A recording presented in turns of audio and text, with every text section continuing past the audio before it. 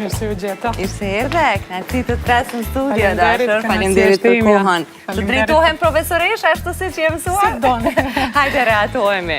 Duhet të vi pak ma herët duke dashur shumë muzikën, ta ndigjoj prej fillimit. Okej, hajde do e mbyllim sa ti je në studio, bisedën tonë me një këngë tjetër. E bëjmë ashtu, a kene preferencë? Qa në i këngë kështu që e ke më përqip? Po, i preferoj të gjitha këngët e lehta. Bukur. Edhe Arbri këto i ka specialitet, që që do e mbyllim bisedën. Duke rjedhur nga një familje këngëtare, shkëndoj edhe unë nga pak. Babin e kam pasur këngëtar.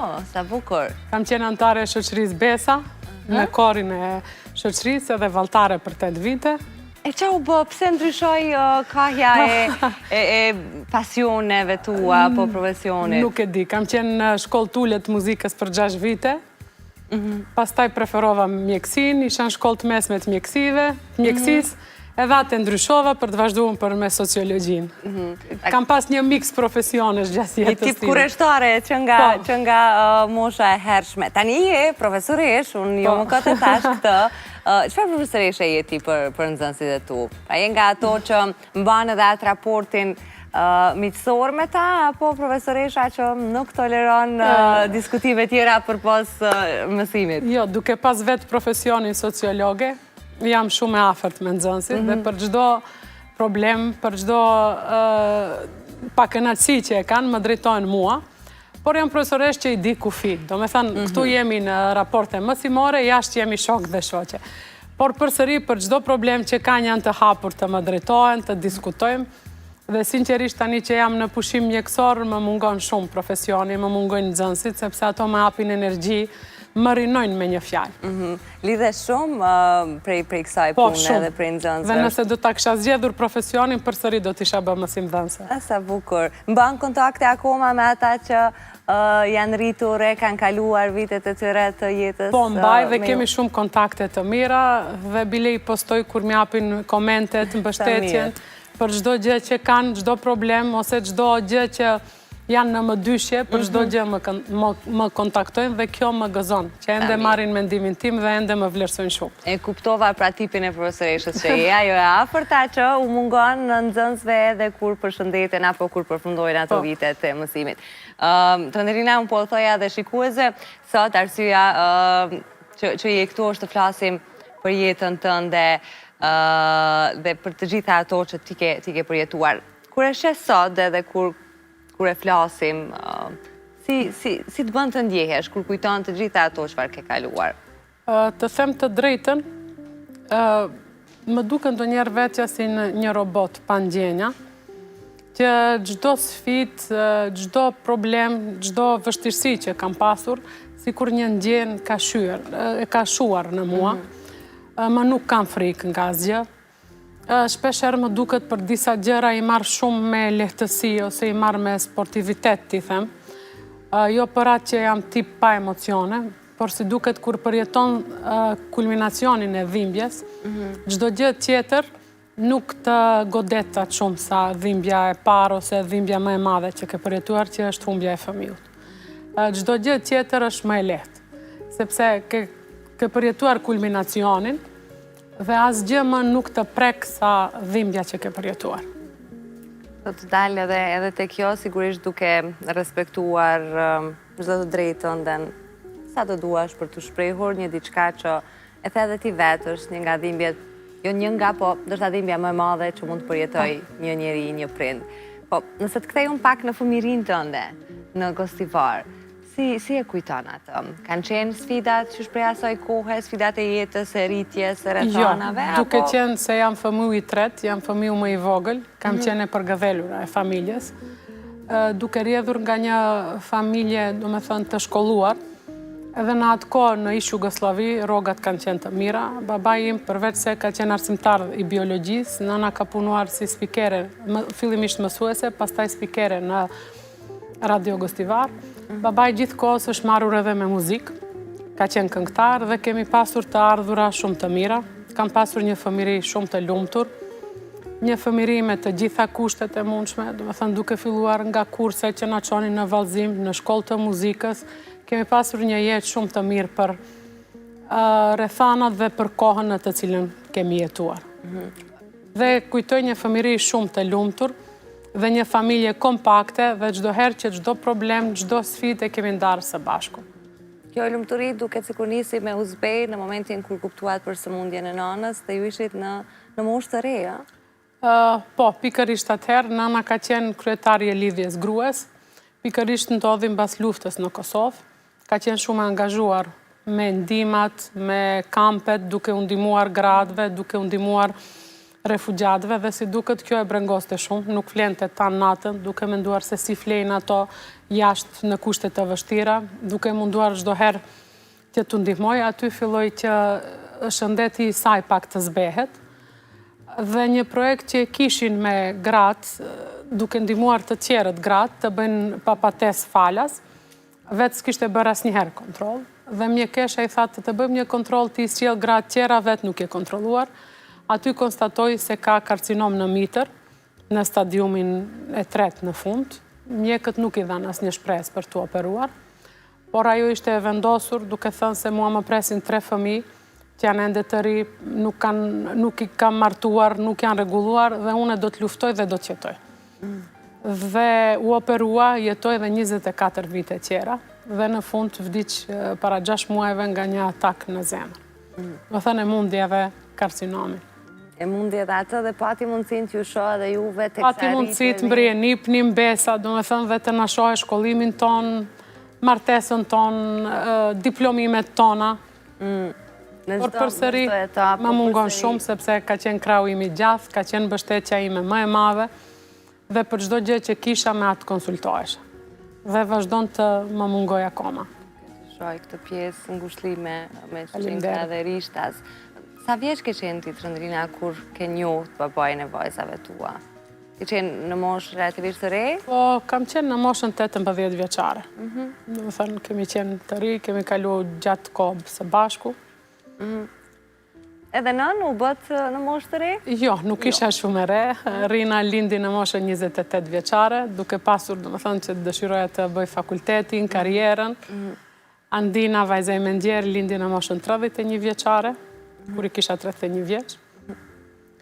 Që të ndryshoj ardhja një jetë e vajzës parë dhe kjo mëmësia që çdo vajzë, çdo grua e ndryshon, si kur i nxjerr në pa gjithë ato anë pozitive? Nuk do të ndryshoj asgjë, sepse çdo gjë mendoj se ndodh për një arsye. Nëse asgjë nga kjo martesë ose nga jeta im nuk do të ndryshoja, do të ishte ardhja në jetë e vajzave, sepse janë pjesa... Sa ndryshove ti me vetën kur erdhi në jetë vajza? Ndryshova normal, si çdo nën ndryshon, sepse duke qenë, si thash, më e përgëdhelur e shtëpisë, ishe mësuar më e lasdruar, ishe mësuar çdo gjë të bëhe si mbas tekeve të mia. Çdo mëmësi të ndryshon, të bën që prioritet më mos ta kesh veten, ta kesh vajzën. Ndryshoj edhe në shtëpinë e prindërve të mi, edhe në shtëpinë ku jetoj, ardhja e rinës ishte bekimi më i madh për çdo gjë. Ndryshoj në anën pozitive, por ndoshta u bëna më senzitive, u bëra më e prekshme, fillova të frigohem nga gjëra që nuk isha friguar, sepse tani më jeta ime nuk ishte vetëm për mua, po ishte unë që i duhesha rinës vajzës time, dhe ndryshoj. Por ndryshoj ndoshta edhe për të mirë. Sigurisht ardhja e fëmijëve edhe më pas kaluan disa vite, kur nuk shkonte më me ish bashkëshortit tënd. Ç'a ndodhi, nëse mund të pyes?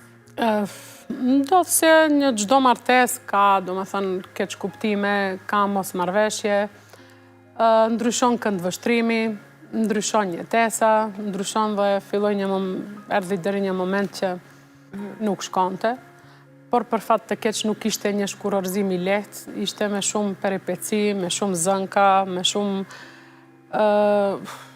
me shumë gjëra negative, që nuk do të doja t'i kujtoj shumë, sepse nuk ishte e lehtë. Dhe duke jetuar në një qytet të vogël, duke jetuar se shteti i Maqedonisë, si në Kosovë, nuk të ofron për nënat vetë ushqyese, nuk të ofron ndihmë, nuk të ofron vendbanim, nuk të ofron... Ja dole, pra ti, tani s'është këtë kapitull 30. Ja dole fillimisht me përkrahjen e prindërve të mi, me përkrahjen e motrës, vllaut tim, sidomos motrën time, kam pas krahun tim të gjatë, që nuk e di asnjëherë do t'i dal hakut për gjithë atë që ka bërë për mua.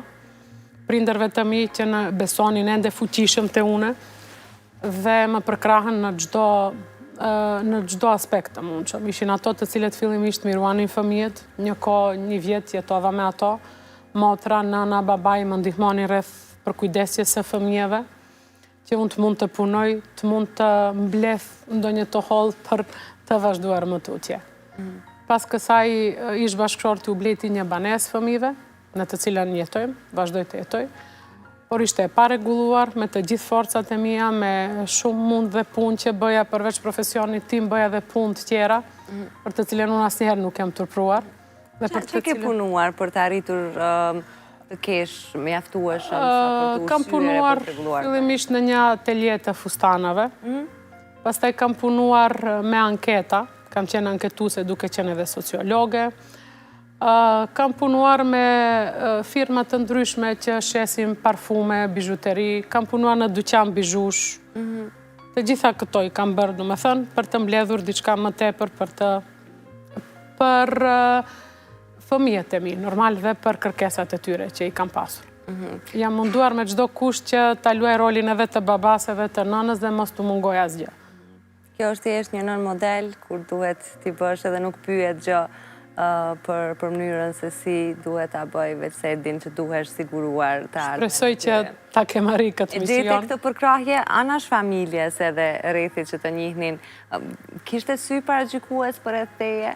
Ka pasur çdo herë sy paragjykues, sidomos duke ditur që për traditat e shqiptarëve se si janë, se çdo herë për ndarje fajtore është femra, çdo herë paragjykohet dhe preket në moral. Ka pasur fjalë të ndryshme që më thonin, por dhe normal nuk ka qenë lehtë, por ajo që më shtyu para është një rast se babai im një ditë më uli dhe më tha, shoh se je e mërzitur, ke ndryshuar mënyrën e të veshurit, mënyrën e të grimuarit, mënyrën e sjelljes. Tha, diçka do të them, unë besoj fuqishëm në ty, e di çfarë vajze kam, dhe pa çdo kali të mirë ngrihet pluhur. Ti do vazhdosh t'jesh se neve na ke krah dhe na ke mbështetje. Paragjykime do të ketë çdo herë. Ti do të vazhdosh dhe do të vazhdosh me jetën tënde, do të vazhdosh me karrierën tënde. Dhe kjo më shtyu që pastaj të mbaroj edhe temën e magjistraturës, e cila më kishte ngelur në gjys, i kisha mbaruar provimet.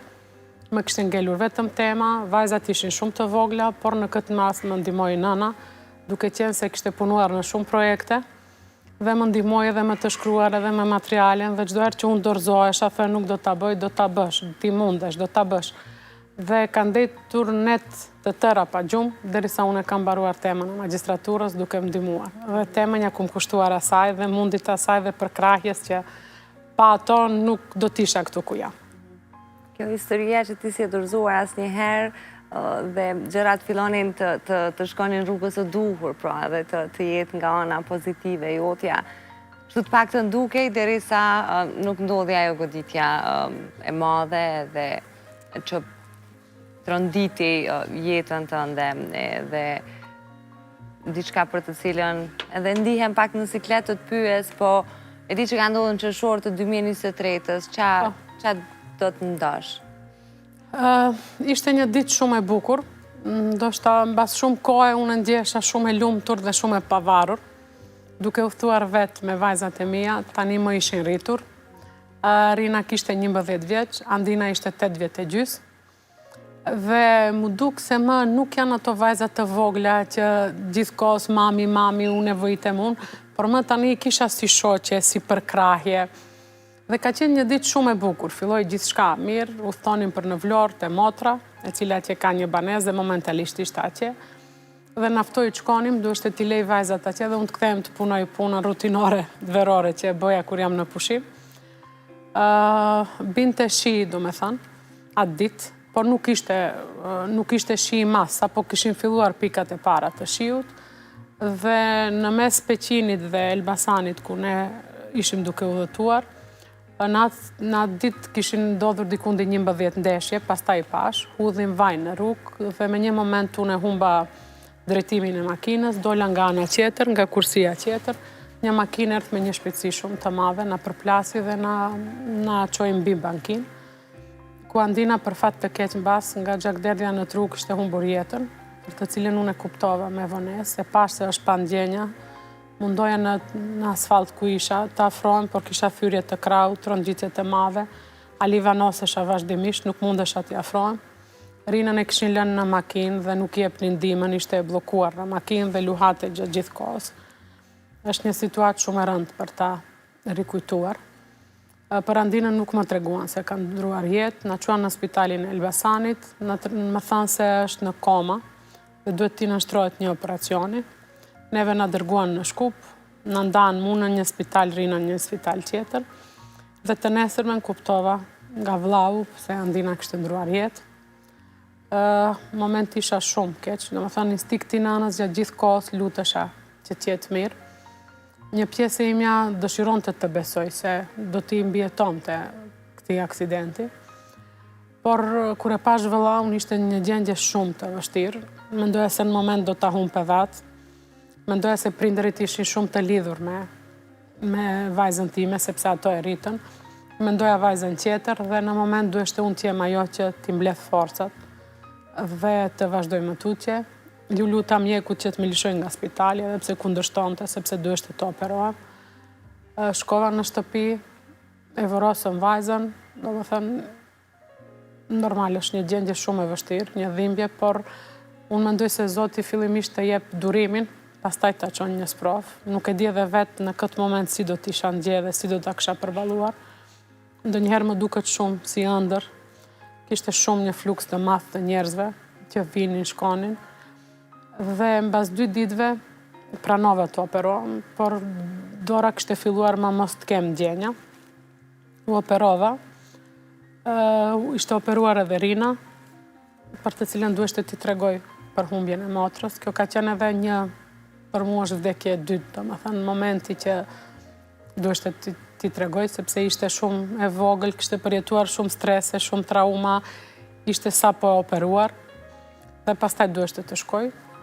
U operova, operacioni parë doli i pa suksesshëm, sepse titaniumin që ma kishin vurë në dorë është një diagnoz shumë e rrallë që quhet metalloz, kur metalin e pranon trupi si trup të huaj. Dhe operacionin e dytë e kisha mbas 1 viti, cili zgjati dikundi 7 orë gjys, dhe ishte punë orësh që ta më amputojnë dorën, sepse ishte një infekcion shumë i madh. Edhe kësaj mbijetova, më venduam vetëm një asht artificial, cili më mban dorën, por fatmirësisht operacioni doli me sukses. Dhe sa po këshim filluar me Rinën që të rikëmbëmi, ta marrin veten, ajo edhe kishte edhe një operacion të dytë ku ja hoqen metalin që e kishin. Duheshte t'i rikthehemi jetës pa Andinën, të mësohemi me humbjen e saj. Ishte një moment shumë i vështirë, por që momenti kyç ku unë e vazhdova t'i rikthehem jetës, ishte ku Rina gjithkohës më shifte duke qarë dhe në një moment u ndje shumë keq dhe më tha, mami, ti e ke dashur vetëm Andinën, nuk mendon për mu. Dhe kjo ishte si një goditje me thikë për mua që vendosa se duhet t'i rimbledh forcat për vajzën dhe të vazhdoj jetë. Tha që ka qenë shumë e vështirë ti tregosh Rinës për humbjen e motrës. Si zgjodhe, ose sa gjatë e mendove në kokë se si t'ja them, si t'a gjej momentin e duhur, se ai momenti i duhur nuk fillimisht u konsultova me një psikologe, duke qenë edhe unë vetë, po 2 mendje janë më të mirë se një, thotë, sidomos në ato momente unë nuk kisha në gjendje të mendoj shumë nga gjithë traumat, por plus kisha edhe tronditje të madhe në kokë. Dhe mjeku thash më mirë që tregosh të vërtetën. Ajo që Rina në akuzon të gjithë kohës, që ishte më të drejtë, ishte pse nuk e kishim informuar të merr pjesë në vorimin e motrës. Kjo ishte më e keqja se sa lajmi që i dham, por mundoshim ta bindim sepse është fëmijë dhe kishte një thyerje shumë të madhe të dorës dhe rrezikonte thyerja t'ja preke palcën kurizore dhe ishte e pamundur.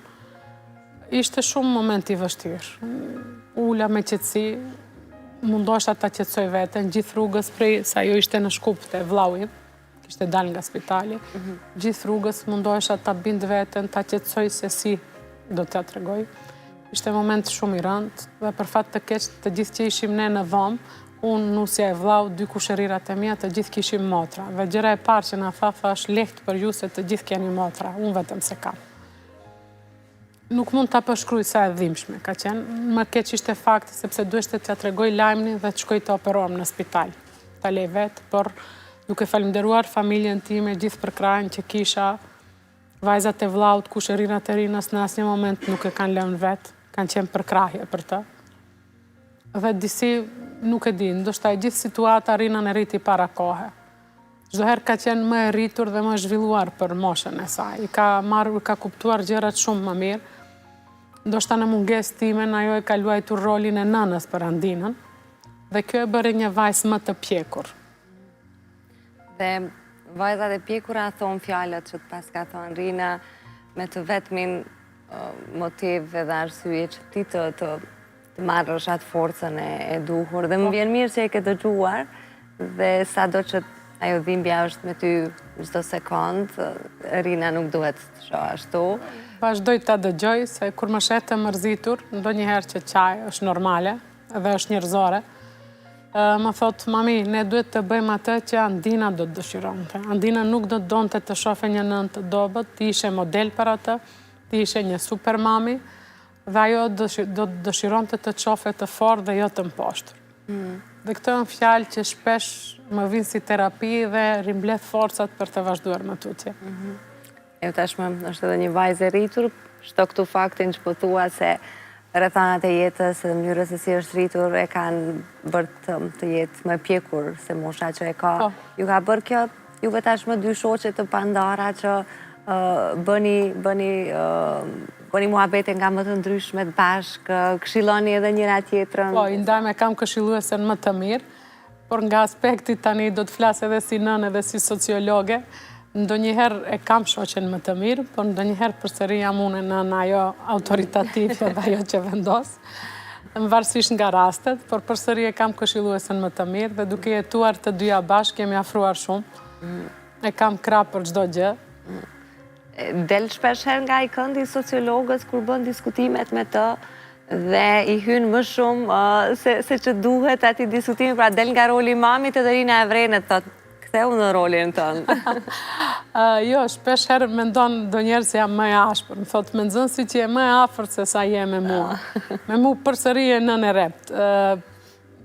Është, kur flasim, do me thënë, nga ana objektive dhe ana subjektive e nënës, ndonjëherë të qonë t'jesh e ashpër, të qortosh, të bërtasësh. Dhe ndoshta e te kaloj ndonjëherë kufirin, por ajo që më bën mirë është se di të kërkoj falje. Nëse ndonjëherë e teproj nga rrethanat, nga gjithë ai mlefi që e kam, ose hemoterapiat, ose gjërat, di edhe të kërkoj falje.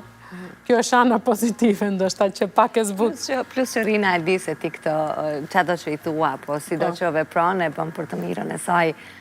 Ndjes, andaj mendoj që të mirë kupton. Shpresoj. Në këtë pjesë. Më përmende edhe për terapit. Si e sot me shëndet? Jam më mirë, duke qenë se nuk jam as pak paciente disiplinuar. Se? Sepse asnjëherë nuk kam pirë duhan, nuk kam pirë alkohol. Gjithë jetën jam munduar të ushqehem shëndetshëm, ta them. Kam qenë valltare që është një lloj sporti. Jam munduar me gjitha gjërat prej fëmijët në ushqen shëndetshëm dhe përsëri më goditi sëmundja. Dhe tani ndoshta nuk besojmë në këtë ushqimin e shëndetshëm ose në rregullat ose në gjërat dhe nuk dëshiroj çdo ditë të ha gjëra që më kujtojnë se jam e sëmur. Mendoj se me operacionin ka kaluar çdo sëmundje, çdo e keqe.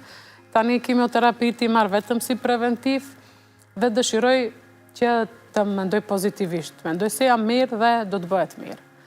Dhe ajo që kam mësuar është se çdo ditë të jetoj sikur të jetë e fundit. Çdo ditë e jetoj, falenderojmë Zotit që edhe sot jam mirë, sot marr frymë dhe bëj shumë plane. Ndoshta kjo është që mendoj pozitivisht për të ardhmen dhe në asnjë moment nuk e mendoj sëmundjen, nuk e mendoj se jam e sëmur, nuk i mendoj se është një periudhë kimioterapie që do të kalojë, edhe pse nuk është as pak e lehtë, operacioni nuk është asgjë në krahasim me kimioterapit. Ka shumë luhatje emocionale, dhimbje shtrash, dhimbje trupore, mendime që vetë terapia të qonë të mendosh negativisht, ose unë shpesh e quaj këtë vakum kohor, ose si delirium në poezi që i kam shkruar e quaj këtë periudhë, sepse nuk është e lehtë as pak. Por janë gjëra nëse mendon pozitiv, të kalojnë më lehtë. Çdo gjë vjen nga mendimi dhe nga energjia jonë, dhe nga besimi që kem. Kur ka qenë kjo periudha, pra, kishe ti ndonjë shqetësim shëndetësor, apo...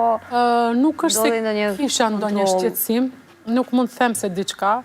Duke pasur alergji, kisha një kruajtje në gjoks dhe pash disa si toptha të vegjel, 2 toptha, për të cilët shkova që të bëj eho. Ginekologja ime i pa dhe më tha se nuk është diçka e rrezikshme, janë vetëm gjendra dhjamore, por më tha të konsultohem me një hirurg torakal. Kur u konsultova, hirurgu më tha se duhet të hiqen, duke menduar se hirurgët zakonisht dëshirojnë të operojnë sa më shpejt, nuk u binda me njëherë. Kaloj një periudhë, pastaj më tha mjekesha është më mirë edhe një kontroll në Shkup, bëra një mamografie, cila më doli pastër, habitem se si doli. Në ehon që më bëri radiologu, pa diçka të dyshimt, një pikë të zezë nga njëra prej topthave, dhe më tha të bëj biopsi, unë nuk pranova, nuk konsultova me mjekun dhe vendosa që t'i hek ato 2 toptha dhe të shofim çfarë është. U operova dhe këtë pak e neglizhova, sepse në ndërkohë më vdiq nana. Ishte një periudhë 10 ditore, kur mjeku më thiri dhe falemderoj që më thiri në telefon dhe më tha se Trëndelina është mirë që të vish. Unë pak thash nuk mundem tani, neglizhova përsëri, se ende vinë njerës është tha po, shëndeti jëtë është mbi të gjitha, dhe vendosa të shkoj. U operova erën e parë, minzorën, pas 2 jave më erdhi rezultati se njëra nga topthat ishte karcinomi fazës 2A, karcinom invaziv. Dhe duheshte që, do më thënë, të operohem. Vendosa në një moment, ishte momenti pas vdekjes së vajzës dhe të nënës, një moment shumë i vështirë. Do më thënë, nuk disha se ku gjindem dhe çfarë ndodh. Mu duk si kur e gjithë bota mu përmbys. Por përsëri, vendosa të thëmë çfarë është prej Zotit dhe çfarë sjell jeta, duhet ta vazhdosh. Vendosa të operohem, mjeku për fat të mirë kishte të nesërmen në sallë, informova vllaun, motrën tim, babain, nuk i tregova fillimisht se çfarë operacioni, thash se duhet hiqet për arsye preventive dhe pse nuk më besoi normal. Dhe të nesërmen direkt u operova. Ma hoqën gjithë gjirin e majt dhe 15 gjendra limfatike për arsye preventive. E mira e gjithë kësaj ishte se nuk kishte metastaza në gjendrat limfatike, ishte ende pa metastaza. Dhe pastaj bëra një analizë tjetër që quhet Mama Print. Është një analizë që bëhet në Kaliforni dhe më doli që nëse nuk bëj hemoterapi është rreziku i madh për të rikthyer dhe më caktuan kimioterapi. Tani vazhdoj me kimioterapi, ti kam marrur 5, kam edhe 3. Dhe shpresoj që ti kaloj sa më shpejt. Jam e bindur që po, jam e bindur që ti kalosh dhe mos u tundo shumë nga jo ideja që ushqimi i shëndetshëm nuk bën punë. Ti bëj tënden ashtu siç thonë mjekët edhe jam e bindur që do të ketë një rezultat, sado që mund të vonoj pak si proces derisa të ndodhi. Por rëndësishme është që ka kaluar një pjesë e madhe e të keqës, të themi. Po. Vazhdoj të marr qaja, mjalt, gjëra të shëndetshme, por jam shumë adhuruese e ëmbëlsirave. Të kuptoj. Fat të keq që ndonjëherë sidomos kur jam e shqetësuar duhet të anga pak, por nuk jam e disiplinuar të rri, të pushoj kraun. Po shiko se ato keket me siguri që i gatuan vetë në një edhe bën, Duhet që të pushoj, nuk jam në disiplinuar në atë që të pushoj dorën, mos ke menqje, nga kjo anë kam edhe port. Jam shumë e lëvizshme, nuk ri me një vend, ende jam aktive në për organizata, me njerës, me këtë dhe... Sa mirë më vjen që e ke këtë pozitivitet. Nuk izolohem si dikush pas kimoterapive që nuk pranon njerës. Unë sa vi prej kimioterapia, jenë shpi, hajde një kafe. Por ndoshta kjo më ndihmon që më lehta te kaloj. Dhe me gjithë të prijetime, Trëndelina, më duk se ma the edhe më herët, po, a ka diçka që trembë më njët? Ose prej cilës friksohesh? Jo. Shpeshere them se friga është një mekanizëm mbrojtës që u nevojitet. Do me thënë është instinkt që prej fëmijëve, prej bebe, kur janë fëmijët, nuk e din, por kanë frikë, kjo është instinkt. Si duket te unë kjo instinkt nuk funksionon më, ose është stepur nga gjitha gjërat që i kam përjetuar. Unë them kur e përjeton kulminacionin e dhimbjes, më nuk kam frikë. Ndoshta është absurde ta them, por nuk ka gjë më që frigohen. Dikur i kisha frikë mit, qend, frigohesha të flej vetë në një dhomë, frigohesha nga errësira, shpesh herë fleja me dritë. Tani më nuk ka gjë që më më frigon. Mendoj se atë më të keqen e kam kaluar. Se zakonisht njeriu ka ankth dhe frigohet nga ajo që pritshmëritë, se mendon se do t'i ndodhe diçka e keqe. Të gjithë psikologët e sqarojnë se ankthi ndodh nga friga nga e keqe që do ndodhe. Te unë më të gjitha ka ndodhur dhe tani më besoj se më e keqe se kjo nuk ka çfarë të ndodhë. Se më duhet të kthehem. Shpresoj se kapitulli të këqijave është mbylur më.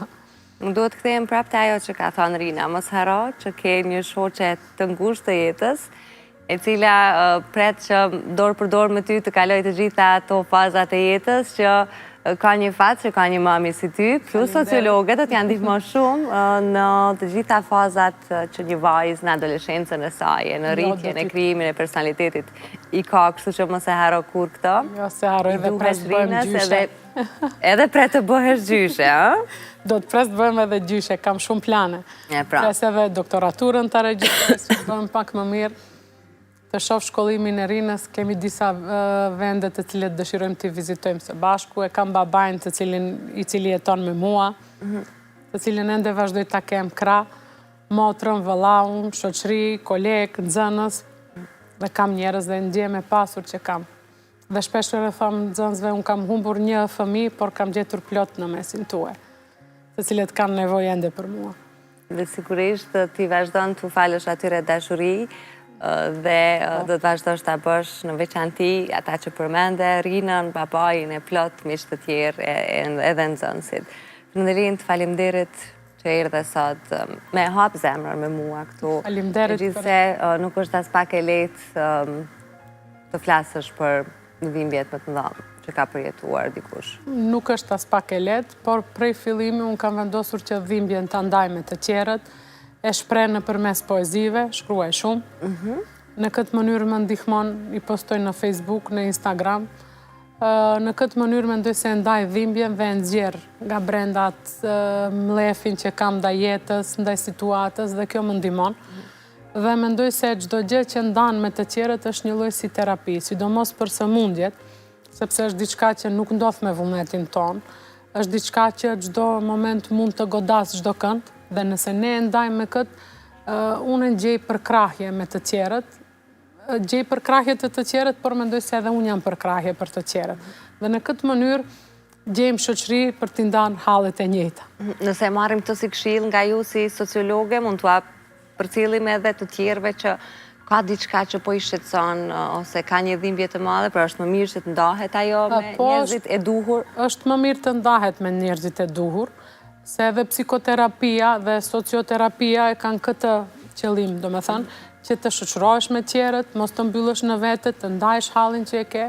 Shpeshherë mund të jetë me njerëz të gabuar, nëse unë e hap në publik, mund të ketë njerëz të gabuar, ka pasur edhe komente negative, që kanë keqpërdorë dhimbjen time, që u dukem unë ndoshta si një robot, ose ka pas komente që më shkruan si e thot dhimbjen si me tregu poezi.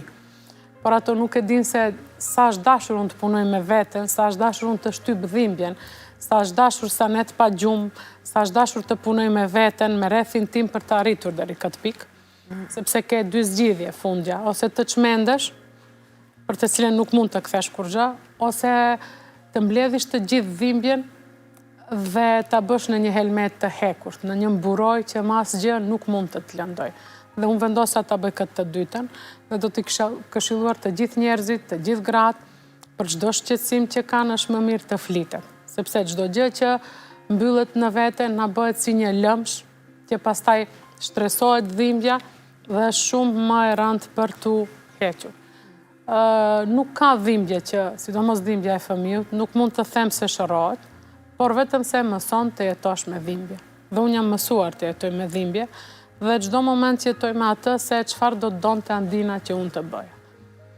E shoh fat se është afër meje, është rreth meje, se jeton në një botë paralele me mua dhe mendoj se çfarë do të dëshironte ajo unë të bëj dhe si do të ishte ajo krenare.